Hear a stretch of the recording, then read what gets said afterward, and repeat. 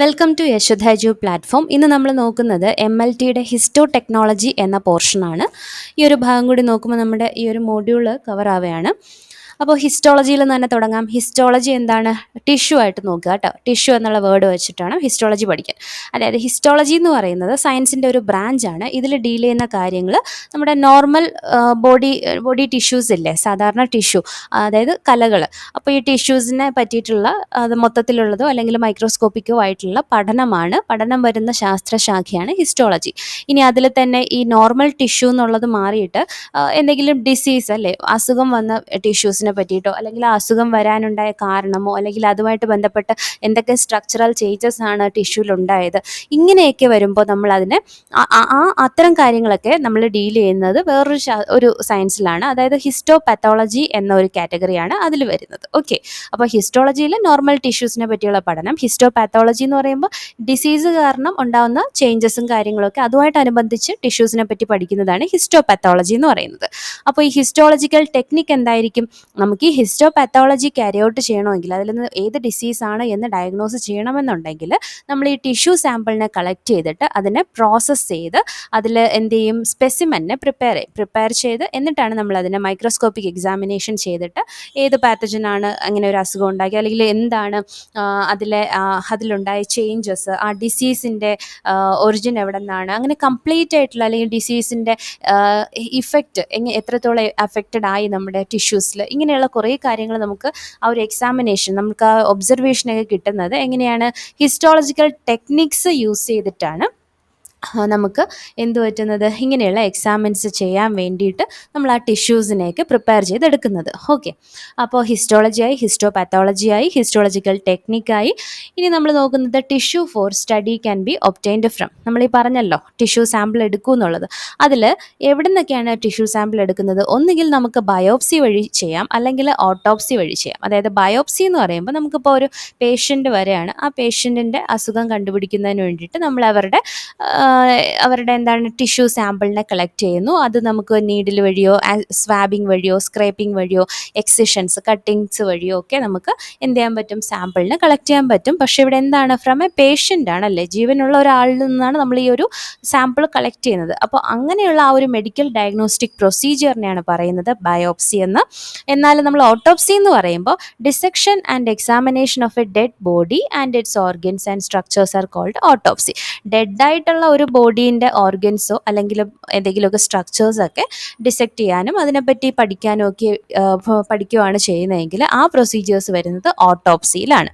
മനസ്സിലായോ? ഈ ഓട്ടോപ്സിയിലാണ് നമ്മൾ ഇപ്പം മരണകാരണം എന്താണ്, അല്ലെങ്കിൽ ആ ഒരു ഡിസീസിൻ്റെ ഇഫക്റ്റ് ബോഡിയിൽ എങ്ങനെയൊക്കെയാണ്, പിന്നെ ഇത്തരത്തിലുള്ള എന്തൊക്കെ മെക്കാനിസംസ് എവല്യൂഷൻസിലൊക്കെയാണ് കടന്നു പോയത്, അതൊക്കെ നമ്മൾ മനസ്സിലാക്കുന്ന ആ ഓർഗൻസിൻ്റെ കംപ്ലീറ്റ് ഡീറ്റെയിൽസ് നമ്മൾ എടുക്കുന്നത് ഓട്ടോപ്സി എന്നുള്ള ടേമിൻ്റെ അണ്ടറിലാണ്. ഓക്കെ, അതായത് ജസ്റ്റ് ഓർമ്മിക്കേണ്ടത് ഇവിടെ ഡെഡ് ബോഡീനെ വെച്ചിട്ടുള്ള പരിശോധനയും മറ്റത് ലിവിങ് ആയിട്ടുള്ള ആളിൽ നിന്ന് എടുക്കുന്ന സാമ്പിൾ, ആ ഒരു പ്രൊസീജിയറാണ് ബയോപ്സി എന്നും പറയുന്നത്. ഇനി നമുക്ക് methods of examination of tissue കിട്ടിക്കഴിഞ്ഞാൽ നമ്മൾ രണ്ട് തരത്തിലുള്ള എക്സാമിനേഷൻ അവിടെ ഉണ്ട്. ഒന്നെന്ന് പറയുന്നത് ഗ്രോസ് എക്സാമിനേഷനും രണ്ട് മൈക്രോസ്കോപ്പിക് എക്സാമിനേഷനും. ഈ ഗ്രോസ് എക്സാമിനേഷൻ എന്ന് പറയുമ്പോൾ എന്തായിരിക്കും, നമ്മളിപ്പോൾ ഓവറോളായിട്ട് ആ ടിഷ്യൂവിൻ്റെ അലൈൻമെൻറ്റ് എങ്ങനെയാണ്, കൺസിസ്റ്റൻസി എങ്ങനെയാണ്, അതെങ്ങനെയാണ്, അതിൻ്റെ അപ്പിയറൻസ്, അതിൻ്റെ കളറിൽ എന്തെങ്കിലും ചേഞ്ചസ് വന്നിട്ടുണ്ടോ, ഇത്തരത്തിലൊക്കെയുള്ള അതിൻ്റെ എന്താണ് നമ്മൾ ഫിസിക്കലായിട്ടുള്ള കുറേ കാര്യങ്ങൾ നമ്മൾ ജസ്റ്റ് ഇങ്ങനെ ഒബ്സർവ് ചെയ്യത്തില്ലേ, അതാണ് ഈ ഒരു ഗ്രോസ് എക്സാമിനേഷനിൽ വരുന്നത്. പക്ഷെ നമ്മൾ ഡീപ്പായിട്ട് അതിൻ്റെ ഉള്ളിൽ എന്ത് സംഭവിച്ചു എന്നൊക്കെ ഉള്ളത് കണ്ടുപിടിക്കുന്നത് മൈക്രോസ്കോപ്പിക് എക്സാമിനേഷൻ വഴിയാണ്. ഓക്കെ, അത് സ്റ്റെയിൻഡ് നമ്മൾ കുറേ മൈക്രോസ്കോപ്പിക് എക്സാമിനേഷൻ എന്ന് പറയുമ്പോൾ അതിൽ നമ്മൾ സ്പെസിമെനെ പ്രിപ്പയർ ചെയ്യാനൊക്കെ ഒരു മെത്തേഡൊക്കെ ഉണ്ട്, പ്രോട്ടോക്കോളുണ്ട്. അപ്പോൾ അതൊക്കെ നമുക്കിനി ഡീറ്റെയിൽ ആയിട്ട് പഠിക്കാനുണ്ട്. So just methods of examination ഈ രണ്ടും ആണെന്നുള്ളത് നോക്കുക. ഇനി നമുക്ക് നോക്കാം പ്രോട്ടോകോൾസ് ഫോളോഡ് ഇൻ ഹിസ്റ്റോപാത്തോളജി. ഹിസ്റ്റോപാത്തോളജിയിലെ ആ ഒരു പ്രൊസീജിയർ, ആ ഒരു പ്രോട്ടോകോളാണ് നമ്മളിനി നോക്കുന്നത്. എന്തായിരിക്കും? ആദ്യം റെസിപ്റ്റ് ആൻഡ് ഐഡൻറ്റിഫിക്കേഷൻ. അതായത് ടിഷ്യൂ സ്പെസിമെൻ ലബോറട്ടറിയിൽ വന്നു കഴിഞ്ഞാൽ അതിനോടൊപ്പം ഒരു റിക്വസ്റ്റ് ഫോം ഉണ്ടാവും. അതിലെന്തെല്ലാം ലിസ്റ്റ് ചെയ്തിട്ടുണ്ടാവണം? പേഷ്യൻറ്റിൻ്റെ information, history along with a description of the site of origin. Okay, ഇത്രയും കാര്യങ്ങൾ ആ ഒരു റെസിപ്റ്റിൽ ഉണ്ടായിരിക്കണം. ദെൻ വരുന്നത് ലേബലിംഗ് ആണ്. Labelling of the specimen with numbering and grossing. അതായത് ഈ നമുക്ക് കിട്ടുന്ന ആ ഒരു സ്പെസിമെന് പാത്തോളജിസ്റ്റ് അല്ലെങ്കിൽ പാത്തോളജി അസിസ്റ്റൻ്റ് ആണ് ഇതൊക്കെ ചെയ്യുന്നത്. അതിനൊരു ആക്സഷൻ നമ്പർ കൊടുക്കും, അല്ലെങ്കിൽ ഒരു സ്പെസിമെൻ നമ്പർ അവിടെ ഓരോ സ്പെസിമെനും കൊടുക്കും. മാത്രമല്ല അതിൻ്റെ ഒരു സോർട്ടിങ് കാര്യങ്ങളൊക്കെ നടക്കുന്നത് ഈ ഒരു ആ ഒരു സ്റ്റെപ്പാണിത്. സോർട്ട് ചെയ്തിട്ട് കറക്റ്റായിട്ട് ലേബൽ ചെയ്യുന്ന പ്രോസസ്സാണിത്. അത് മാത്രമല്ല ഗ്രോസിംഗ് എന്ന് പറഞ്ഞൊരു ടേം വന്നിട്ടുണ്ടല്ലോ, അപ്പോൾ നമ്മൾ ഓൾറെഡി നേരത്തെ പഠിച്ചിട്ടുണ്ട് ഗ്രോസ് എക്സാമിനേഷനും മൈക്രോസ്കോപ്പിക് എക്സാമിനേഷനും. അതിലെ ഗ്രോസിംഗ് തന്നെ ഇവിടെയുള്ളത്, അതായത് മോർഫോളജിക്കലായിട്ടുള്ള കാര്യങ്ങളൊക്കെ ഇവിടെ നോക്കിയിട്ട് അതിനൊന്ന് ഡീറ്റെയിൽസ് എല്ലാം നോട്ട് ചെയ്ത് വയ്ക്കുന്നത്, പിന്നെ ഇതിനൊരു അക്സഷൻ നമ്പർ കൊടുക്കുന്ന അല്ലെങ്കിൽ കൊടുക്കുന്നു, ഇതൊക്കെ തന്നെയാണ് ഈ സ്റ്റെപ്പിൽ വരുന്നത്. ഇനി അടുത്താണ് ആക്ച്വലി ആ പ്രോസസ്സിങ് സ്റ്റാർട്ട് ചെയ്യാൻ പോകുന്നത്. ഇതിൻ്റെ ഒരു ഫൗണ്ടേഷൻ സ്റ്റെപ്പാണ് ഫിക്സേഷൻ എന്ന് പറയുന്നത്. ഓക്കെ, ഫിക്സേഷനിൽ ചെയ്യുന്നത് സർട്ടൻ ഫിക്സേറ്റീവ് റിയേജൻസ് യൂസ് ചെയ്യും. ഇതിൽ നമ്മൾ എന്ത് ചെയ്യുന്നു വെച്ചാൽ ടിഷ്യൂ സാമ്പിളിനെ ഡിപ്പ് ചെയ്യും. അങ്ങനെ ഡിപ്പ് ചെയ്യുമ്പോൾ ആക്ച്വലി അവിടെ നടക്കുന്നത്, ഇപ്പോൾ ടിഷ്യൂ സാമ്പിൾ എന്ന് പറയുന്നത് അത് പെട്ടെന്ന് ഓട്ടോലൈസിസ് ഒക്കെ സംഭവിക്കാൻ ചാൻസ് ഉള്ളത് വെറുതെ അറ്റ്മോസ്ഫിയറിൽ ഓപ്പൺ ആയിട്ടിരിക്കുമ്പോഴോ അല്ലെങ്കിൽ നമ്മുടെ വർക്ക് ഇങ്ങനെ നടന്നുകൊണ്ടിരിക്കുന്ന സമയത്തൊക്കെ, പ്രോസസ്സിങ് ടൈമിലൊക്കെ. അപ്പോൾ അതൊക്കെ ഒഴിവാക്കാൻ വേണ്ടിയിട്ട് നമുക്ക് എന്ത് ചെയ്യണം, ഫിക്സേറ്റീവ്സിനെ യൂസ് ചെയ്യണം. അപ്പോൾ ഈ ഓട്ടോലൈസിസ്, പ്യൂട്രിഫാക്ഷൻ, ഇങ്ങനത്തെ ഈ ഡിഗ്രഡേഷൻ സ്റ്റെപ്പുകളൊക്കെ, പ്രോസസ്സുകൾ അവിടെ എന്ത് ചെയ്യത്തില്ല, നടക്കില്ല. അതിൽ നിന്ന് നമുക്ക് പ്രിവെൻറ്റ് ചെയ്യാം. അതുപോലെ തന്നെ ടിഷ്യൂ ഒന്ന് ഹാർഡാവും, അതായത് ടിഷ്യൂവിനൊന്ന് ഒന്നും കൂടി ഫർദർ സ്റ്റെപ്പുകൾ ചെയ്യുന്ന സമയത്ത് ഒന്നുകൂടി ആ ഒരു റിജിഡായിട്ട്, അല്ലെങ്കിൽ അതിൻ്റെ മോർഫോളജിക്കൽ ഫീച്ചേഴ്സ്, മോർഫോളജിക്കൽ സ്ട്രക്ചേഴ്സൊക്കെ ഒന്നും കൂടി ഒന്ന് അങ്ങനെ എന്ത് പറ്റാണ്, സ്റ്റെബിലൈസ് ചെയ്ത് നിർത്താനൊക്കെ ആയിട്ട് ഈ ഫിക്സേറ്റീവിന് യൂസ് ചെയ്യാൻ പറ്റും. ആ സ്റ്റെപ്പാണ് ഫിക്സേഷൻ. അടുത്തത് ഡീകാൽസിഫിക്കേഷൻ സ്റ്റെപ്പാണ്. ഡീകാൽസിഫിക്കേഷൻ എന്ന് പറയുമ്പോൾ ചില ടിഷ്യൂ സാമ്പിളിൽ ബോൺസോ നെയിൽസോ ഇങ്ങനെയുള്ള കണ്ടന്റ് ഉണ്ടെങ്കിൽ അതിനെ റിമൂവ് ചെയ്യണം. ദാറ്റ് മീൻസ് എന്താണ്, removal of calcium salt from these specimen. അതാണ് ഡീകാൽസിഫിക്കേഷൻ സ്റ്റെപ്പ്. ഇനി ഈ ഡീകാൽസിഫിക്കേഷൻ ചെയ്യുന്ന ഏജൻസിനെ പഠിച്ചു വയ്ക്കാൻ nitric acid, hydrochloric acid, formic acid, picric acid, acetic acid, citric acid. Okay, അടുത്ത ബിറ്റ് ടേക്കിംഗ് എന്ന് പറഞ്ഞൊരു പ്രോസസ്സാണ് അടുത്ത് പറയുന്നത്. ഇതിൽ നമ്മുടെ സാമ്പിളിൻ്റെ ആ ഒരു തിക്നെസ് ഒക്കെയാണ് പറയുന്നത്. 4 to 6 mm തിക്നെസ്സിലുള്ള ബിറ്റ്സിനെ കട്ട് ചെയ്യുന്നതും അതിൻ്റെതായിട്ടുള്ള കണ്ടെയ്നേഴ്സ്, കാസറ്റ്സ് അല്ലെങ്കിൽ കണ്ടെയ്നേഴ്സിൽ പ്ലേസ് ചെയ്യുന്നതും, ആ പ്ലേസ് ചെയ്യുമ്പോൾ എന്താണ്, ഫിക്സേറ്റീവും കൂടെ ഇട്ടിട്ടായിരിക്കും നമ്മൾ പ്ലേസ് ചെയ്യുന്നത്. അതൊക്കെയാണ് ഇതിൽ പറയുന്നത്. മാത്രമല്ല ഫിൽറ്റർ പേപ്പറിൽ ചെറിയ സ്പെസിമെനൊക്കെ ആണെങ്കിൽ നമുക്ക് ഫിൽറ്റർ പേപ്പറിൽ റാപ്പ് ചെയ്തതിന് ശേഷം ഈ കണ്ടെയ്നേഴ്സിൽ പ്ലേസ് ചെയ്യാം. ഓക്കെ, അടുത്ത സ്റ്റെപ്പ് എന്ന് പറയുന്നത് ഡീഹൈഡ്രേഷൻ ആണ്. ഡീഹൈഡ്രേഷൻ എന്ന് പറയുമ്പോൾ എന്തായിരിക്കും, റിമൂവൽ ഓഫ് വാട്ടർ അല്ലേ, റിമൂവൽ ഓഫ് വാട്ടർ. അപ്പോൾ നമ്മൾ ഈ ആൽക്കഹോൾസ് ഒക്കെ ആയിരിക്കും, ആൽക്കഹോളിക് റിയേജൻസ് യൂസ് ചെയ്തിട്ടായിരിക്കും ഈ പറയുന്ന ഡീഹൈഡ്രേഷൻ സ്റ്റെപ്പ് ചെയ്യുന്നത്. ഓക്കെ, അപ്പോൾ അതിലെന്തായിരിക്കും, വാട്ടറിനെ കംപ്ലീറ്റ് ആയിട്ട് റിമൂവ് ചെയ്ത് മാറ്റുവാണ് ഡീഹൈഡ്രേഷനിൽ വരുന്നത്. ഓക്കെ, അടുത്ത് പറയുന്നത് ക്ലിയറിങ് ഏജൻസ്. അതായത് നമ്മൾ കുറച്ച് നേരത്തെ ആൽക്കഹോൾസ് യൂസ് ചെയ്തല്ലോ, സോ അതിനെയൊക്കെ കംപ്ലീറ്റ് ആയിട്ട് റിമൂവ് ചെയ്യണം. അതായത് ഈ ആൽക്കഹോൾ കണ്ടന്റ് ഇരുന്ന് കഴിഞ്ഞാൽ ഈ ഒരു ടിഷ്യൂ പ്രോസസ്സിങ്ങിൻ്റെ നെക്സ്റ്റ് സ്റ്റെപ്പിൽ നമ്മൾ വാക്സ് കൊണ്ടുള്ള ഒരു സ്റ്റെപ്പാണ് വരുന്നത്. അപ്പോൾ ആ വാക്സിൽ ഇത് ഇമ്മിസിബിളായിട്ടിരിക്കും, മനസ്സിലായോ? അപ്പോൾ അതിന് മുന്നേ ക്ലിയർ ഔട്ട് ചെയ്ത് കളയുക എന്നുള്ള പ്രോസസ്സാണ്, അതായത് ആൽക്കഹോളിനെ ക്ലിയർ ഔട്ട് ചെയ്ത് കളയുക എന്നുള്ള പ്രോസസ്സാണ് ക്ലിയറിങ്ങിൽ വരുന്നത്. It is the procedure wherein the alcohol in the tissue is replaced by a fluid which will dissolve the wax used for impregnating the tissues. Okay, അപ്പോൾ ആൽക്കഹോളിനെ റിമൂവ് ചെയ്തിട്ട് അടുത്ത് വാക്സുമായിട്ട് ബന്ധപ്പെട്ട ട്രീറ്റ്മെൻറ്റിൽ ഡിസോൾവ് ചെയ്യുന്ന രീതിയിലുള്ള ഫ്ലൂയിഡ് ഏതാണോ, മിസിബിളായിട്ടുള്ള ഫ്ലൂയിഡ് ഏതാണോ അതിനെ നമ്മൾ എന്താണ് റീപ്ലേസ് ചെയ്യുന്ന പ്രോസസ്സാണ് ക്ലിയറിംഗ് എന്ന് പറയുന്നത്. അടുത്ത് പറയുമ്പോൾ ഇംപ്രഗ്നേഷനാണ്. ഇംപ്രഗ്നേഷനിൽ നമ്മൾ ടിഷ്യൂ സാമ്പിളിനെ ഒരു മോൾട്ടൺ പാരഫിൻ വാക്സിലോട്ട് വാക്സിലോട്ട് എന്ത് ചെയ്യും, ഇമ്മേഴ്സ് ചെയ്ത് മുക്കി വയ്ക്കും. അതൊരു 6 to 8 hours വരെ ഇങ്ങനെ ഇമ്മേഴ്സ് ചെയ്ത് വയ്ക്കും.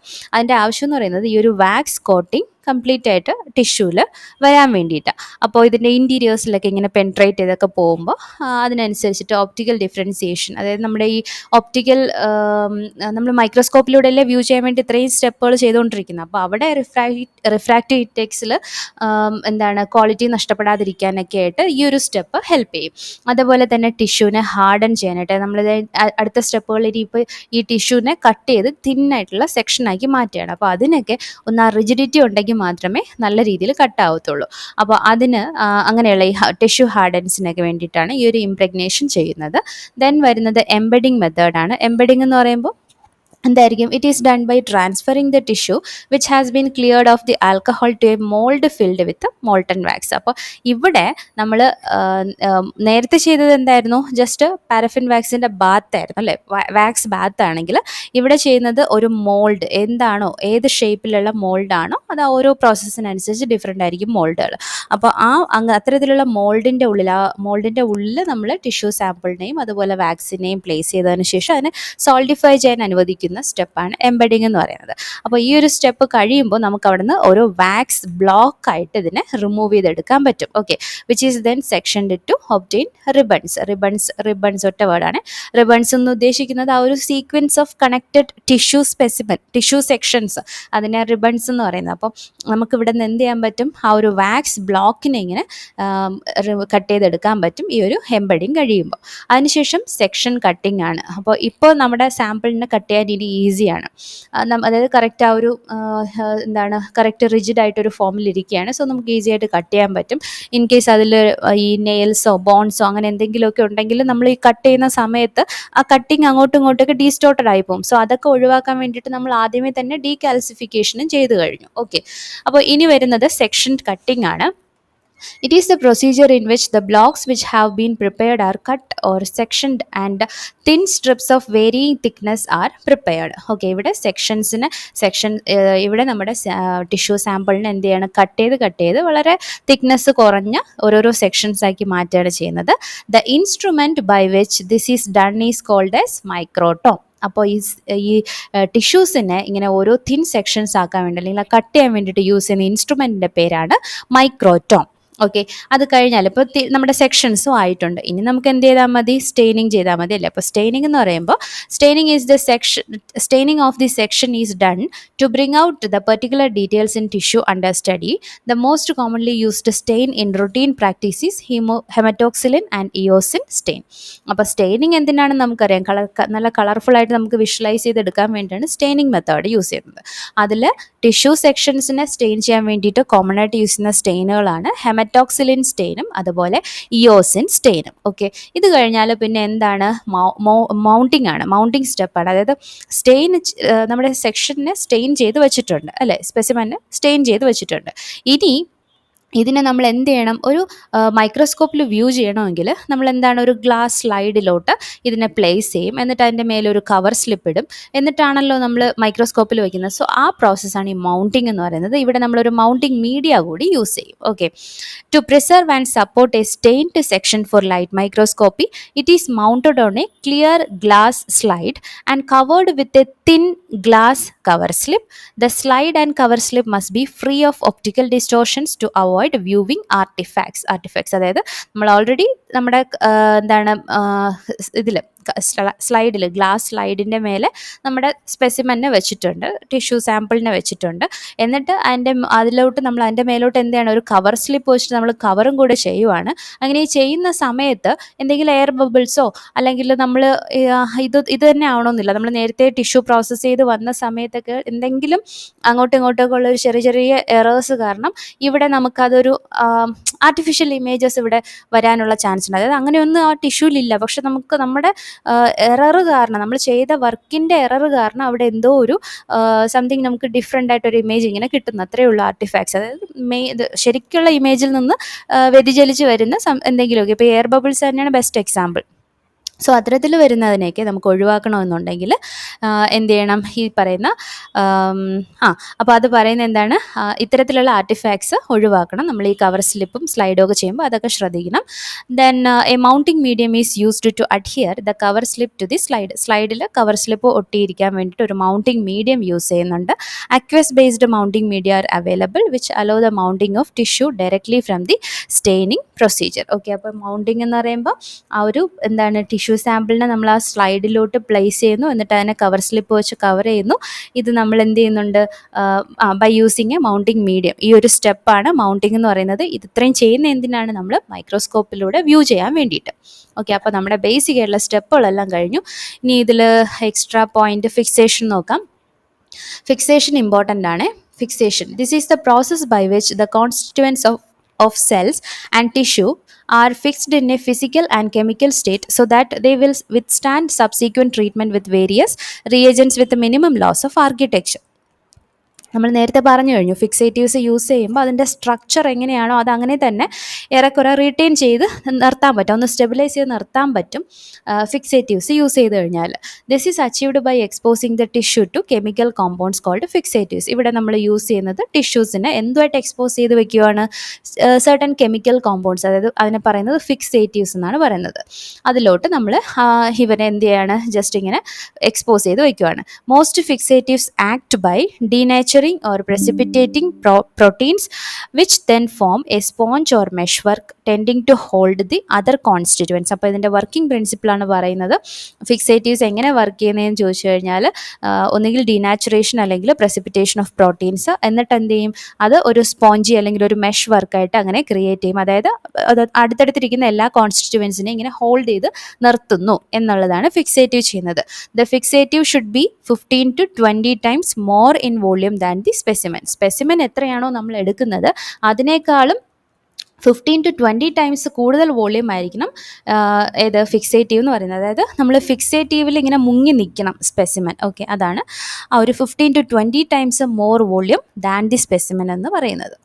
ഇനി ഐഡിയൽ ആയിട്ടുള്ള ഒരു ഫിക്സേറ്റീവിൻ്റെ, ശരിക്കും നല്ലൊരു ഫിക്സേറ്റീവിൻ്റെ പ്രോപ്പർട്ടീസ് നോക്കാം. It must be cheap and easily available ആയിരിക്കണം. Then prevents autolysis and bacterial decomposition. ഈ പ്യൂട്രിഫാക്ഷൻ ഒക്കെ പോലെയുള്ള ബാക്ടീരിയൽ ഡീകമ്പോസിഷൻ ഒഴിവാക്കണം. അതുപോലെ സെൽഫായിട്ട് സെല്ലുകളെ നശിപ്പിക്കുന്ന രീതിയിലുള്ള ഓട്ടോലിസിസ് എന്ന് പറയുന്ന പ്രോസസ്സ് പ്രിവെൻറ്റ് ചെയ്യണം.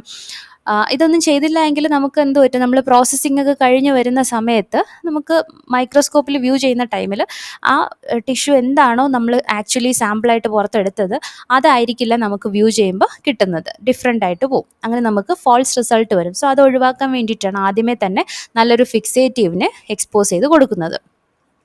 അടുത്തെന്തായിരിക്കണം ഇവരുടെ മറ്റൊരു പ്രത്യേകത? Penetrate the tissue and cells rapidly and evenly. വളരെ വേഗത്തിലും ടിഷ്യൂവിൻ്റെ ഉള്ളിലോട്ട് കയറണം, അതുപോലെ ഈവൻ ആയിട്ടും. അവിടെ എവിടെയായിട്ട് കിടന്നിട്ട് കാര്യമില്ല, എല്ലാ സെല്ലുകളുടെ ഉള്ളിലും പെനിട്രേറ്റ് ചെയ്ത് പോകുന്നവരായിരിക്കണം ഫിക്സേറ്റീവ് എന്ന് പറയുന്നത്.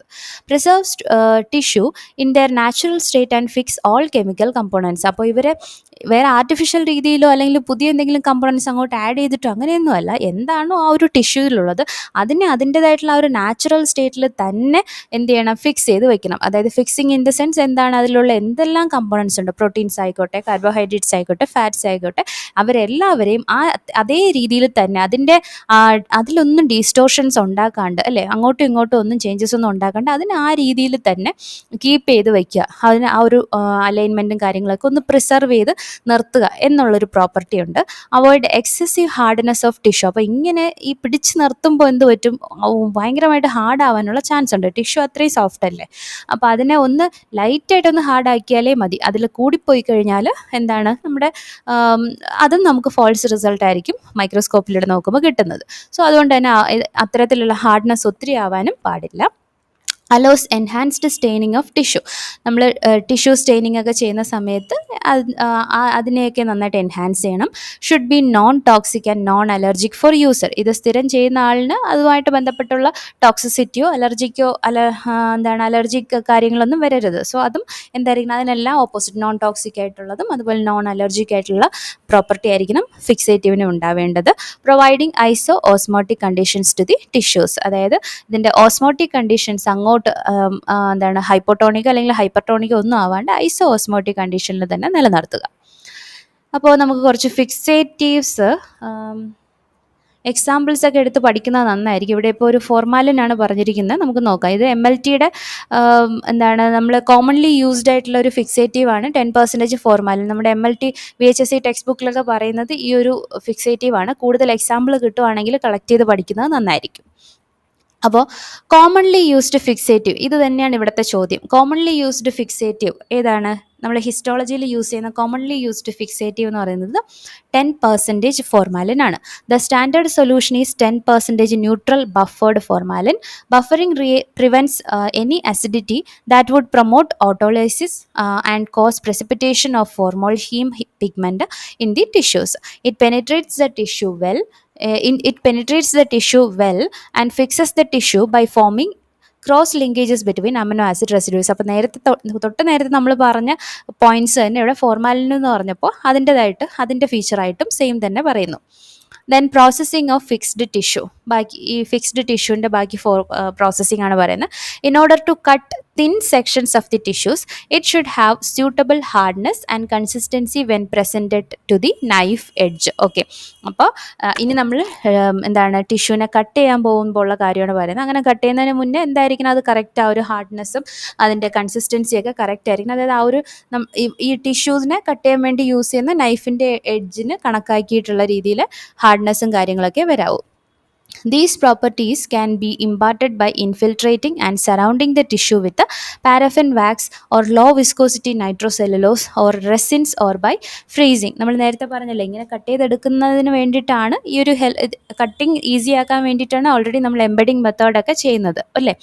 അപ്പോൾ അതായി then this process is called tissue processing. It requires 16 to 24 hours and done in many stages. It can be subdivided into dehydration, clearing, impregnating, embedding. നമ്മൾ നേരത്തെ പറഞ്ഞില്ലേ എംബഡിങ് ഒക്കെ പറഞ്ഞിരുന്നല്ലോ. അപ്പോൾ അതെല്ലാം വരുന്ന സ്റ്റെപ്പുകൾ അവർ ഈ ഒരു ടിഷ്യൂ പ്രോസസ്സിങ്ങിൻ്റെ അണ്ടറിൽ എടുത്ത് പറഞ്ഞിരിക്കുകയാണ്. അതായത് ഡീഹൈഡ്രേഷൻ മുതൽ ഏതുവരെ എംബഡിങ് വരെയുള്ള സ്റ്റെപ്പുകളാണ്. 16 to 24 hours വരെ നീളുന്ന സ്റ്റെപ്പുകളാണ് ഇത്രയും.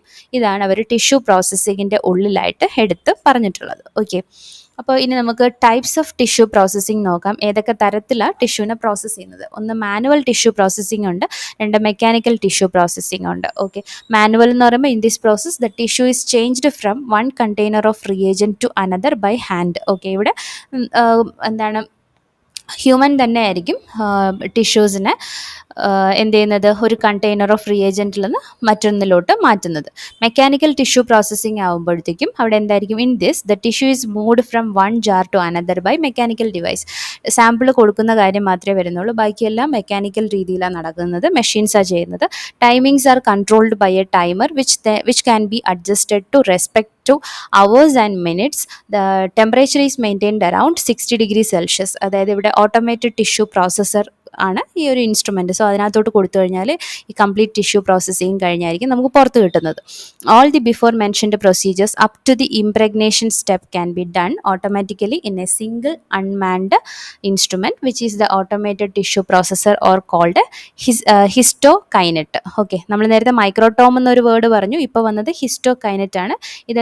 ഇതെന്താണ്, ഒരു ഓട്ടോമേറ്റഡ് ടിഷ്യൂ പ്രോസസ്സറാണ്.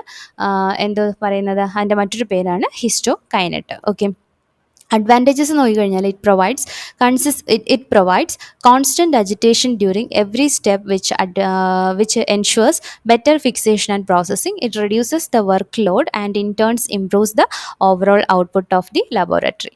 ഇനി സീക്വൻസ് ഓഫ് ടിഷ്യൂ പ്രോസസ്സിംഗ് നോക്കാം. നമ്മൾ നേരത്തെ പറഞ്ഞല്ലോ ഡീഹൈഡ്രേഷൻ മുതൽ ഏതുവരെയുള്ള സ്റ്റെപ്പാണ്, എംബഡിങ് വരെയുള്ളത്. Dehydration, clearing, impregnating, embedding very very important ആണ്. ഇത്രയാണ് ടിഷ്യൂ പ്രോസസ്സിങ്ങിൻ്റെ ഉള്ളിൽ വരുന്നത്. അതുകൊണ്ട് നമുക്ക് ഓരോന്നായിട്ട് നോക്കാം. ഡീഹൈഡ്രേഷനിൽ എന്താ, tissues are dehydrated by using increasing strength of alcohol, example 50%, 70%, 90% and absolute alcohol അല്ലേ. ഇവിടെ നമ്മൾ എന്താണ് ആൽക്കഹോളിൻ്റെ സ്ട്രെങ്ത് ഇൻക്രീസ് ചെയ്ത് കൊടുത്തുകൊണ്ടായിരിക്കും ഈ ഒരു ഡീഹൈഡ്രേഷൻ സ്റ്റെപ്പ് ടിഷ്യൂവിൽ ചെയ്യുന്നത്.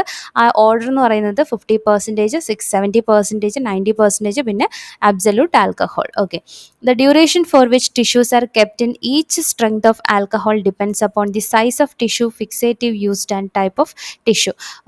ഓക്കെ, അപ്പോൾ സൈസ് ഓഫ് ടിഷ്യൂവിൻ്റെ സൈസും അതുപോലെ ഏത് ഫിക്സേറ്റീവാണ് യൂസ് ചെയ്തത്, അതുപോലെ ഏത് ടൈപ്പിലുള്ള ഏത് തരത്തിലുള്ള ടിഷ്യൂ ആണ് എന്നുള്ളതിനെയൊക്കെ നോക്കിയിട്ടായിരിക്കും നമ്മൾ ഈ ഒരു സീരീസ് ഓഫ് സ്റ്റെപ്പ് ചെയ്യുന്നത് ഡീഹൈഡ്രേഷനിൽ. Delicate tissue will get high degree of shrinkage by too great concentration of alcohol. ആൽക്കഹോളിൻ്റെ കോൺസെൻട്രേഷൻ 2 ലെവൽ കഴിഞ്ഞാൽ തന്നെ എന്ത് പറ്റും, വളരെ ഡെലിക്കേറ്റ് ആയിട്ടുള്ള വളരെ സെൻസിറ്റീവ് ആയിട്ടുള്ള ടിഷ്യൂ ഒക്കെ ചുരുങ്ങി വരാൻ തുടങ്ങും. The volume of alcohol should be 50 to 100 times that of tissue. The various dehydrating agents used are ethyl alcohol. ഇതാണ് നമുക്കിവിടെ ഏറ്റവും ഇമ്പോർട്ടൻ്റ്. ഓക്കെ, അപ്പോൾ ഇവിടെ നമുക്ക് നമ്മുടെ MCQ വരുന്നത് ഈ ഭാഗത്ത്. ഡീഹൈഡ്രേഷനിൽ യൂസ് ചെയ്യുന്ന എന്താണ് ആൽക്കഹോളിൻ്റെ സ്ട്രെങ്തും ചോദിക്കാം, 50, 70, 90 അബ്സല്യൂട്ട് എന്നുള്ളത്. അതുപോലെ മറ്റൊരു ചോദ്യമാണ് ഡീഹൈഡ്രേറ്റിംഗ് ഏജൻസിന് എക്സാമ്പിൾസ് പഠിച്ചു വയ്ക്കുക. Ethyl alcohol, acetone, isopropyl alcohol, dioxane, ഇതൊക്കെയാണ്. ഇനി ഒരു പോയിന്റും കൂടെ ഉണ്ട്. Isopropyl alcohol is commonly used. Okay, ഇതിൽ ഹിസ്റ്റോളജി ആയാലും സൈറ്റോളജി ആയാലും ഇവിടെ കോമൺലി യൂസ്ഡ് എന്ന് പറഞ്ഞൊരു ടേം ഇങ്ങനെ വരാറുണ്ട്. അതൊന്ന് നോട്ട് ചെയ്ത് നിങ്ങൾ ഇപ്പം തന്നെ പഠിച്ചു വയ്ക്കുക. അതായത് നേരത്തെ നമ്മൾ പറഞ്ഞ കോമൺലി യൂസ്ഡ്, നമ്മളൊരു ഫോർമാലിൻ്റെ കാര്യം പറഞ്ഞിരുന്നല്ലോ, കോമൺലി യൂസ്ഡ് ഫിക്സേറ്റീവ്. പഠിക്കുമ്പോൾ കൃത്യമായിട്ട് ഹിസ്റ്റോളജി ആണ് നിങ്ങൾ പഠിക്കുന്നതെന്നുള്ള രീതിയിൽ അത് തന്നെ എപ്പോഴും മൈൻഡിൽ വയ്ക്കുക. കാരണം ഈ ഹിസ്റ്റോളജി കഴിഞ്ഞാൽ ഈ സൈറ്റോളജിയും കൂടെ കഴിയുമ്പോൾ നമുക്ക് കോമൺലി യൂസ്ഡ് ആയിട്ടുള്ള റിയേജൻറ്റ് ഓർമ്മ കാണും, പക്ഷേ അത് ഹിസ്റ്റോളജിയിലാണോ സൈറ്റോളജിയിലാണോ എന്നുള്ളത് കൺഫ്യൂഷൻ വരും. അപ്പോൾ കൃത്യമായിട്ട് ഹിസ്റ്റോളജി ഏരിയയിൽ നിന്ന് തന്നെ ക്വസ്റ്റ്യൻസ് ഇപ്പം തന്നെ നിങ്ങൾ നോട്ട് ചെയ്ത് വയ്ക്കുക. കോമൺലി യൂസ്ഡ് ഫിക്സേറ്റീവായിട്ട് 10% ഫോർമാലിൻ. പിന്നെ ഇപ്പോൾ പറഞ്ഞ ക്വസ്റ്റ്യൻ ഏതായിരുന്നു? Commonly used dehydrating agent isopropyl alcohol. ഇനി നമുക്ക് അടുത്ത സ്റ്റെപ്പ് നോക്കാം. ക്ലിയറിംഗ് ആണ് അടുത്ത സ്റ്റെപ്പ്, ക്ലിയറിംഗ്. ഓക്കെ, അപ്പോൾ നമ്മുടെ ടിഷ്യൂലുണ്ടായിരുന്ന വാട്ടറിനെ റിമൂവ് ചെയ്യാൻ വേണ്ടിയിട്ട് നമ്മൾ എന്ത് ചെയ്തു? ആൽക്കഹോൾ യൂസ് ചെയ്തു. ഇനി ആൽക്കഹോളിനെ റിമൂവ് ചെയ്യാൻ വേണ്ടിയിട്ട് നമ്മൾ എന്ത് ചെയ്യും? ക്ലിയറിംഗ് റിയേജൻസ് യൂസ് ചെയ്യും. ഓക്കെ, അങ്ങനെ റിമൂവ് ചെയ്തില്ല എങ്കിൽ എന്ത് പറ്റില്ല? അടുത്ത സ്റ്റെപ്പായിട്ടുള്ള എംബഡിങ്ങിലൊക്കെ വാക്സ് അല്ലേ ഇവിടെ ഇംപ്രഗ്നേറ്റ് ചെയ്യുന്നത്. സോ ആ വാക്സിൻ്റെ അതിനെ എന്ത് ചെയ്യും? ഇവർ ഹിൻഡർ ചെയ്യും. ഓക്കെ, അത് മിസിബിൾ ആവത്തില്ല.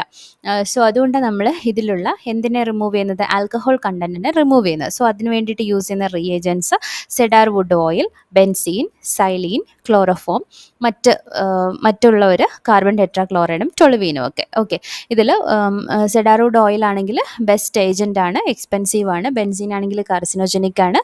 ദെൻ സൈലീൻ ആണെങ്കിൽ മോസ്റ്റ് കോമൺലി യൂസ്ഡ്. ക്ലോറോഫോം ആണെങ്കിൽ ടോക്സിക് ആൻഡ് എക്സ്പെൻസീവ്. അപ്പോൾ ഇവിടെയും ഹിസ്റ്റോളജിയിലെ ക്ലിയറിങ്ങിലും നമുക്ക് എന്ത് കിട്ടി? ഒരു മോസ്റ്റ് കോമൺലി യൂസ്ഡ് റിയേജൻറ്റ് വന്നിട്ടുണ്ട്, സൈലീൻ ആണ്. അത് ഏതിലാണ്? ക്ലിയറിംഗ് ഓഫ് ടിഷ്യൂലാണ് ഈ ഒരു റിയേജൻറ്റ് വരുന്നത്. ഓക്കെ, അടുത്തത് ഇംപ്രഗ്നേഷൻ വിത്ത് വാക്സ് ആണ്. ഇതിൽ നമുക്കറിയാം, നമ്മൾ ഓൾറെഡി നേരത്തെ ചെറിയ രൂപത്തിൽ പഠിച്ചു കഴിഞ്ഞല്ലേ. അതായത് നമ്മുടെ ടിഷ്യൂവിന് എന്ത് ചെയ്യാണ്? വാക്സ് കോട്ടിങ് കിട്ടാൻ വേണ്ടിയിട്ട് ചെയ്യുന്ന ഒരു പണിയാണ്. അതെന്തിനെന്ന് ചോദിച്ചു കഴിഞ്ഞാൽ മൈക്രോസ്കോപ്പിക് സെക്ഷൻസിന് വേണ്ടിയിട്ട് നമ്മൾ എന്ത് ചെയ്യണം? അതിനെ കട്ട് ചെയ്തെടുക്കാനുള്ള ഒരു ഹെൽപ്പിന് വേണ്ടിയിട്ടാണ്, ഈസിനെസ്സിന് വേണ്ടിയിട്ട് വാക്സുമായിട്ട് ട്രീറ്റ് ചെയ്യുന്നത്. സോ ഈ സ്റ്റെപ്പ് നടക്കുന്നത് പാരഫിൻ വാക്സിൻ്റെ മെൽറ്റിംഗ് പോയിൻ്റ് ആയിട്ടുള്ള 54 to 60 ഡിഗ്രി സെൽഷ്യസിലാണ് ഈ ഒരു പ്രോസസ്സ് നടക്കുന്നത്. വോളിയം ഓഫ് വാക്സ് എത്രയായിരിക്കും? നമ്മൾ എടുക്കുന്ന ടിഷ്യൂവിൻ്റെ വോളിയത്തിനേക്കാളും 25 to 30 ടൈംസ് കൂടുതലായിരിക്കും.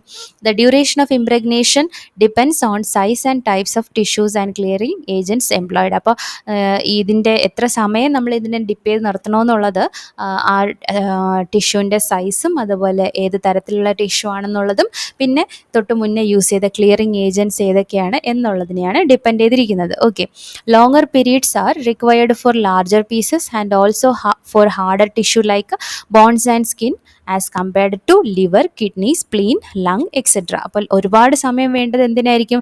വലിയ പീസസിൻ്റെ ടിഷ്യൂ സാമ്പിളിനും അതുപോലെ ഹാർഡായിട്ടുള്ള ഇപ്പോൾ ബോൺസോ സ്കിൻ പിന്നെ എന്താണ് നമ്മൾ ഈ കിഡ്നി, സ്പ്ലീൻ, ലങ്ങിനെയൊക്കെ കമ്പയർ ചെയ്ത് നോക്കുമ്പോൾ സ്കിൻ ടിഷ്യൂസൊക്കെ കുറച്ചും കൂടി ഹാർഡാണ്. സോ അത്തരത്തിലുള്ള ടിഷ്യൂസിനെയൊക്കെ എന്ത് ചെയ്യാനായിട്ട് ഇംപ്രഗ്നേറ്റ് ചെയ്യുന്ന സമയത്തൊക്കെ ഈ ഒരു കോണ്ടാക്റ്റ് ടൈം കൂടുതലായിട്ട് കൊടുക്കണം. ഇനി types of wax employed for impregnation. ഇതിനുവേണ്ടി യൂസ് ചെയ്യുന്നത് പാരഫിൻ വാക്സ് യൂസ് ചെയ്യാം, വാട്ടർ സോല്യുബിൾ വാക്സ് യൂസ് ചെയ്യാം, അതല്ലാണ്ട് കൊളോയിഡിൻ, ജെലാറ്റിൻ, പാരാപ്ലാസ്റ്റും യൂസ് ചെയ്യാം. Paraffin wax is used routinely. അപ്പോൾ ഏറ്റവും റൊട്ടീനായിട്ട് കൂടുതലായിട്ട് യൂസ് ചെയ്യുന്ന ഏതാണ്? പാരഫിൻ വാക്സ് ആണ്. It has hard consistency, so section of 3 to 4 micron thickness can be cut. ഇനി അടുത്ത സ്റ്റെപ്പാണ് എംബഡിങ്. എംബഡിങ്ങിൽ എന്തായിരിക്കും? Impregnated tissues are placed in A mould with their labels and then fresh melted wax is poured in it and allowed to settle and solidify. അപ്പോൾ already നമ്മൾ ഈ വാക്സിൻ്റെ step കഴിഞ്ഞു അല്ലേ. അത് കഴിഞ്ഞിട്ട് ഇനി അടുത്താണ് നമ്മൾ എംബഡിങ് മെത്തേഡ് ചെയ്യുന്നത്. അതെന്താണ്? ഒരു മോൾഡിലോട്ട് കറക്റ്റായിട്ട് ലേബൽ ചെയ്തിട്ടുള്ള ഒരു മോൾഡിലോട്ട് നമ്മുടെ ഇംപ്രഗ്നേറ്റഡ് ടിഷ്യൂസിനെ പ്ലേസ് ചെയ്യുന്നു. എന്നിട്ട് അതിലോട്ട് പിന്നെയും എന്ത് ചെയ്യും? ഫ്രഷ് മെൽറ്റഡ് വാക്സിനെ ഒഴിക്കും. എന്നിട്ട് അതിനെ സെറ്റിൽ ആവാൻ അനുവദിക്കും. ഒന്ന് സോൾഡിഫൈ ചെയ്ത് കട്ടയാവാൻ വേണ്ടിയിട്ട് നമ്മൾ ടൈം കൊടുക്കും. It is done by transferring the tissue which has been cleared of the alcohol to a mould filled with molten wax and is allowed to cool and solidify. Once the block has cooled sufficiently to form a surface skin it should be immersed in cold water to cool it rapidly. അപ്പോൾ ഒരു തവണ അത് coating ആയി അതൊരു ബ്ലോക്കായി വന്നു കഴിഞ്ഞാൽ അതിനെ എന്ത് ചെയ്യും? ഡയറക്റ്റ് അതിൽ നിന്ന് എടുത്തിട്ട് നമ്മൾ കോൾഡ് വാട്ടറിൽ, തണുത്ത വെള്ളത്തിലോട്ട് പെട്ടെന്ന് തന്നെ കൂൾ ചെയ്യാൻ വേണ്ടിയിട്ട് ഇമ്മേഴ്സ് ചെയ്യും. After the block has completely cooled, it is cut into individual blocks and which is and each is trimmed. Okay, അപ്പോൾ നമുക്ക് കിട്ടുന്നത് എങ്ങനെയായിരിക്കും, ഒരു ബ്ലോക്ക് ആയിട്ടായിരിക്കും കിട്ടുന്നത്. ആ കട്ടേനെ പിന്നെ എന്ത് ചെയ്യുന്നുണ്ട്, ചെറുതായിട്ട് ട്രിം ചെയ്ത് മാറ്റുകയാണ് ചെയ്യുന്നത്. പിന്നീടാണ് കട്ടിങ് വരുന്നത്. Labels are made to adhere on the surface of the block by melting the wax with a metal strips sufficiently warmed. Then types of mould പഠിച്ചു വയ്ക്കുക.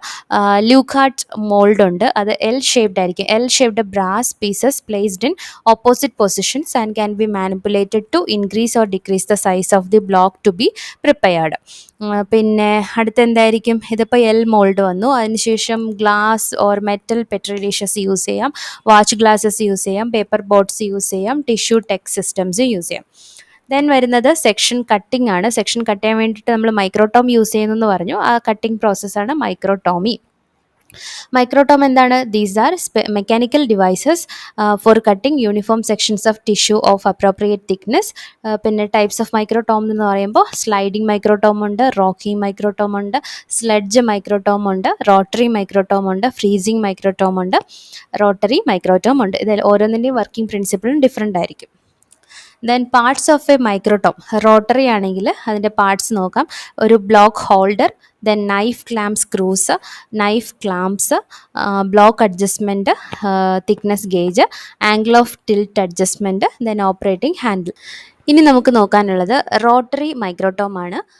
അത് മോസ്റ്റ് കോമൺലി യൂസ്ഡ് ആയിട്ടുള്ള മൈക്രോടോം ആയതുകൊണ്ട് ഇവിടെ റിലവൻ്റ് ആവുന്നത്. പിന്നെ ഇതിൻ്റെ മറ്റൊരു പേര് മിനറ്റ്സ് റോട്ടറി മൈക്രോടോം എന്നും പറയുന്നുണ്ട്. പിന്നെ ഇവിടുത്തെ ബ്ലോക്ക് ഹോൾഡർ എന്ന് പറയുമ്പോൾ നമ്മുടെ ടിഷ്യൂ ബ്ലോക്ക്, വാക്സ് ചെയ്തെടുത്ത ടിഷ്യൂ ബ്ലോക്ക്, അതിൻ്റെ ആ ഒരു ഹോൾഡർ എങ്ങനെയായിരിക്കും, ഇവിടെ സ്റ്റിഫായിട്ട് ഇങ്ങനെ എന്താണ് ഫിക്സ് ചെയ്ത് വെച്ചിട്ടുള്ള ഒരു നൈഫ് ഉണ്ടാവും. അതിന് പാരലലി വരുന്ന രീതിയിലായിരിക്കും നമ്മുടെ ടിഷ്യൂ ബ്ലോക്ക് വരുന്നത്. പിന്നെ ഈ ടിഷ്യൂ ബ്ലോക്കിൻ്റെ മൂവ്മെൻ്റ് എന്ന് പറയുന്നത് up and down. Okay, up സൈഡും ഡൗൺ സൈഡും ആയിരിക്കും ഇതിൻ്റെ ഈ ഒരു വെർട്ടിക്കലായിട്ടുള്ള മൂവ്മെൻ്റ് ആയിരിക്കും ബ്ലോക്ക് ഹോൾഡറിന് ഉണ്ടാവുക. സോ ഇങ്ങനെ മൂവ് ചെയ്യുന്നതിനനുസരിച്ച് നമ്മുടെ സ്പെസിമെൻ കട്ടായി പോവും. ഓക്കെ, അടുത്ത് ഇതിൽ എത്ര തിക്നെസ് എന്നൊക്കെ പറഞ്ഞിട്ടുണ്ട്, ജസ്റ്റ് നോക്കി വയ്ക്കുക. ദെൻ മൈക്രോടോം നൈഫുകൾ ഏതൊക്കെയാണ്? വെഡ്ജും ബൈക്കോൺകേവ് എന്നൊക്കെ പറയുന്നത് ടൈപ്സ് ഓഫ് മൈക്രോടോം നൈഫുകളാണ്. ഇനി ഒരു ടിഷ്യൂ ഫ്ലോട്ടേഷൻ ബാത്ത് പഠിക്കാനുണ്ട്. അതായത് നമ്മൾ കട്ട് ചെയ്തെടുക്കുന്ന സെക്ഷൻസ്, ഈ മൈക്രോടോമിൽ നിന്ന് കട്ട് ചെയ്തെടുക്കുന്ന സെക്ഷൻസിനെ ഒരു വാം വാട്ടർ ബാത്തിൽ എന്ത് ചെയ്യുന്നു, ഫ്ലോട്ട് ചെയ്യാനായിട്ട് അനുവദിക്കും. അതിൻ്റെ ആവശ്യം എന്ന് പറയുന്നത് നമ്മൾ ഈ സെക്ഷൻസിനെ കട്ട് ചെയ്തെടുക്കുന്ന സമയത്ത് ചെറിയ ചെറിയ ചുളിവുകളൊക്കെ വരാൻ ചാൻസ് ഉണ്ട്. അപ്പോൾ ആ റിങ്കിൾസ് ഒഴിവാക്കാൻ വേണ്ടിയിട്ട് ഇങ്ങനെ ടിഷ്യൂ ഫ്ലോട്ടേഷൻ ബാത്തിലോട്ട് പ്ലേസ് ചെയ്യുന്നത്. അതിനുശേഷം ഇവരെന്ത് ചെയ്യുന്നുണ്ട്, നമ്മുടെ മൈക്രോസ്കോപ്പിൽ വ്യൂ ചെയ്യണമെങ്കിൽ ഒരു സ്ലൈഡിൻ്റെ മേലെ പ്ലേസ് ചെയ്യണം. സോ നമ്മൾ ആ സ്ലൈഡിൻ്റെ മേലെ ഇതിനെ ഇവിടെ നിന്ന് പിക്ക് ചെയ്ത് അവിടെ കൊണ്ടുപോയി പ്ലേസ് ചെയ്യും. അതിനുശേഷം നമ്മൾ മൈക്രോസ്കോപ്പിലൂടെ ഒബ്സർവ് ചെയ്യും. പിന്നെ സെക്ഷൻ അഡ്ഹസീവ്സ് എന്ന് പറഞ്ഞിട്ടൊരു ടേം ഉണ്ട്. അതായത് നമ്മുടെ സ്ലൈഡിൽ നമ്മളെടുത്ത സെക്ഷൻസിനെ ഒട്ടിപ്പിടിച്ചിരിക്കാൻ വേണ്ടി, അതിനെ ഫിക്സ് ചെയ്ത് നിർത്താൻ വേണ്ടിയിട്ട് യൂസ് ചെയ്യുന്ന അഡ്ഹസീവ്സ് ആണ് സെക്ഷൻ അഡ്ഹസീവ്സ്. എക്സാമ്പിൾ ആൽബുമിൻ സൊല്യൂഷൻ അല്ലെങ്കിൽ മേയേഴ്സ് എഗ് ആൽബുമിൻ, പിന്നെ സ്റ്റാർച്ച് പേസ്റ്റും ജെലാറ്റിനും ഒക്കെ എക്സാമ്പിളാണ്. പിന്നെ ഫ്രോസൺ സെക്ഷൻസ് എന്ന് പറയുമ്പോൾ നമ്മളിപ്പോൾ നോർമൽ സെക്ഷൻസ് പറഞ്ഞു, ഇനി ഫ്രോസൺ സെക്ഷൻ ഉണ്ട്. അത് ഈ റാപ്പിഡ് ഡയഗ്നോസിസിന് വേണ്ടിയിട്ടാണ് നമ്മൾ ഈ ഫ്രോസൺ സെക്ഷൻസ് യൂസ് ചെയ്യുന്നത്. അതായത് ഈ ടിഷ്യൂവിനെ ഒരു ഫ്ലൂയിഡിലോട്ട് ഡിപ്പ് ചെയ്യുന്ന സമയത്ത് അത് പെട്ടെന്ന് തന്നെ ഫ്രീസ് ആവുന്ന തരത്തിലുള്ള ഫ്ലൂയിഡ്. ഓക്കെ, അതിൽ നമ്മളിങ്ങനെ ഡിപ്പ് ചെയ്ത് ടിഷ്യൂവിനെ എന്ത് ചെയ്യുന്നുണ്ട്, ഫ്രോസൺ ചെയ്തെടുക്കുന്നു. അങ്ങനെ അതിനെ പിന്നെ ഫ്രീസിങ് മൈക്രോടോം യൂസ് ചെയ്തിട്ടായിരിക്കും സെക്ഷൻ ചെയ്തെടുക്കുന്നത്. സോ അത്തരത്തിൽ കിട്ടുന്ന സെക്ഷൻസാണ് ഫ്രോസൺ സെക്ഷൻസ് എന്ന് പറയുന്നത്. പിന്നെ മറ്റൊരു മൈക്രോടോമാണ് ക്രയോസ്റ്റാറ്റ് എന്ന് പറയുന്നത്. ഇത് ആക്ച്വലി ഒരു കൂളിംഗ് ചേമ്പറിൻ്റെ ഉള്ളിൽ നമ്മുടെ ഫ്രീസിങ് മൈക്രോടോം ഇരിക്കുന്ന ആ ഒരു അറേഞ്ച്മെൻറ്റാണ് ഈ ക്രയോസ്റ്റാറ്റ്. അപ്പോൾ ഇതിലെ ഫ്രോസൺ ടിഷ്യൂ നമ്മളിവിടെ യൂസ് ചെയ്യുന്നത് ഫ്രോസൺ ടിഷ്യൂ ആയിരിക്കും കട്ട് ചെയ്യാൻ വേണ്ടി. Frozen tissue embedded in a freezing medium is cut on a microtome in a cooled machine called a cryostat. ഇത് ബേക്കിംഗ് അടുത്ത പോയിന്റ് ആണ്. ബേക്കിംഗ് എന്താണ്? The slides with the cut tissues are placed in an oven. പിന്നെ baking removes the water between the sections and the slide enables proper adherence of the tissue on the slide. എന്നിട്ട് ഈ cut സെക്ഷൻസിനെ നമുക്ക് എന്ത് ചെയ്യാൻ പറ്റും, നമ്മൾ നേരത്തെ മറ്റേ ഫ്ലോട്ടിംഗ് വാട്ടർ ബാത്ത് യൂസ് ചെയ്തത്, floating tissue flotation bath use ചെയ്തതുപോലെ ഇവിടെ നമുക്ക് എന്ത് ചെയ്യാൻ പറ്റും, ബേക്കിംഗ് എന്ന് പറഞ്ഞൊരു പ്രോസസ്സാണ് ചെയ്യുന്നത് ഈ സെക്ഷൻസിൽ. വാട്ടറിനെ റിമൂവ് ചെയ്യാൻ വേണ്ടിയിട്ട്. ഇനി സ്റ്റെയിനിങ് മെത്തേഡ് പറയുന്നുണ്ട്. Staining is a process by which we give colour to a section. There are hundreds of stains are available. Acidic dye, basic dye, neutral dye, special dyes അല്ലെങ്കിൽ സ്പെഷ്യൽ സ്റ്റെയിൻസ്, പിന്നെ hematoxylin, then eosin stain. അപ്പോൾ അതിൻ്റെ ഓരോന്നിൻ്റെയും പ്രത്യേകതകൾ നോക്കി വയ്ക്കുക. Acidic stain ആണെങ്കിൽ ആരെയായിരിക്കും stain ചെയ്യുന്നത്? ബേസിക് ആയിട്ടുള്ള കമ്പോണൻസിനായിരിക്കും അവർ സ്റ്റെയിൻ ചെയ്യുന്നത്. Example eosin stains cytoplasm. പിന്നെ അതിൽ കൊടുക്കുന്ന colour, the colour imparted is shade of red. പിന്നെ ബേസിക് ഡൈക്ക് എക്സാമ്പിൾ എന്താണ്? ബേസിക് ഡൈ ചെയ്യുന്ന എന്തായിരിക്കും? Which stain acidic components.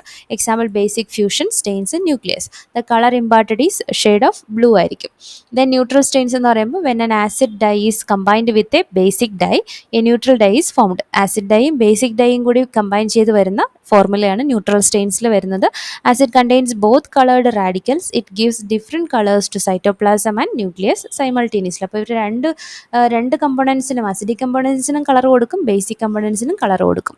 Then വരുന്നത് സ്പെഷ്യൽ സ്റ്റെയിൻസ് ആണ്. Are used to stain specific components of tissue. Example fibrous tissue, elastic tissue, nuclear material. അതായത് ഓരോ component specific ആയിട്ട് നമുക്ക് കണ്ടുപിടിക്കാൻ വേണ്ടിയിട്ട് പലതരത്തിലുള്ള സ്റ്റെയിൻസ് യൂസ് ചെയ്യും. അതിനാണ് സ്പെഷ്യൽ സ്റ്റെയിൻസ് എന്ന് പറയുന്നത്. പിന്നെ ഹെമറ്റോക്സിലിനും അതുപോലെ ഇയോസിൻ സ്റ്റെയിൻ നമ്മൾ ഓൾറെഡി പറഞ്ഞു കഴിഞ്ഞു. Common stain used in histopathology.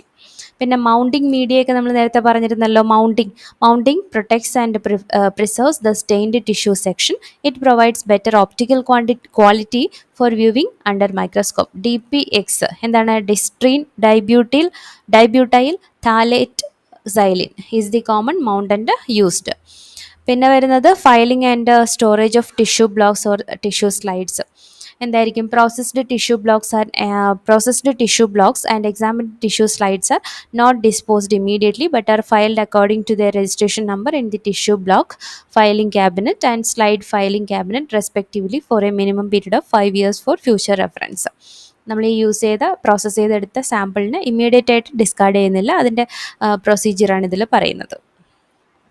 ഇനി നമുക്ക് ഡയഗ്നോസ്റ്റിക് സൈറ്റോളജിയാണ് നോക്കാനുള്ളത്. അത് കുറച്ചേ ഉള്ളൂ. അടുത്ത ക്ലാസ്സിൽ നോക്കാം. Thank you.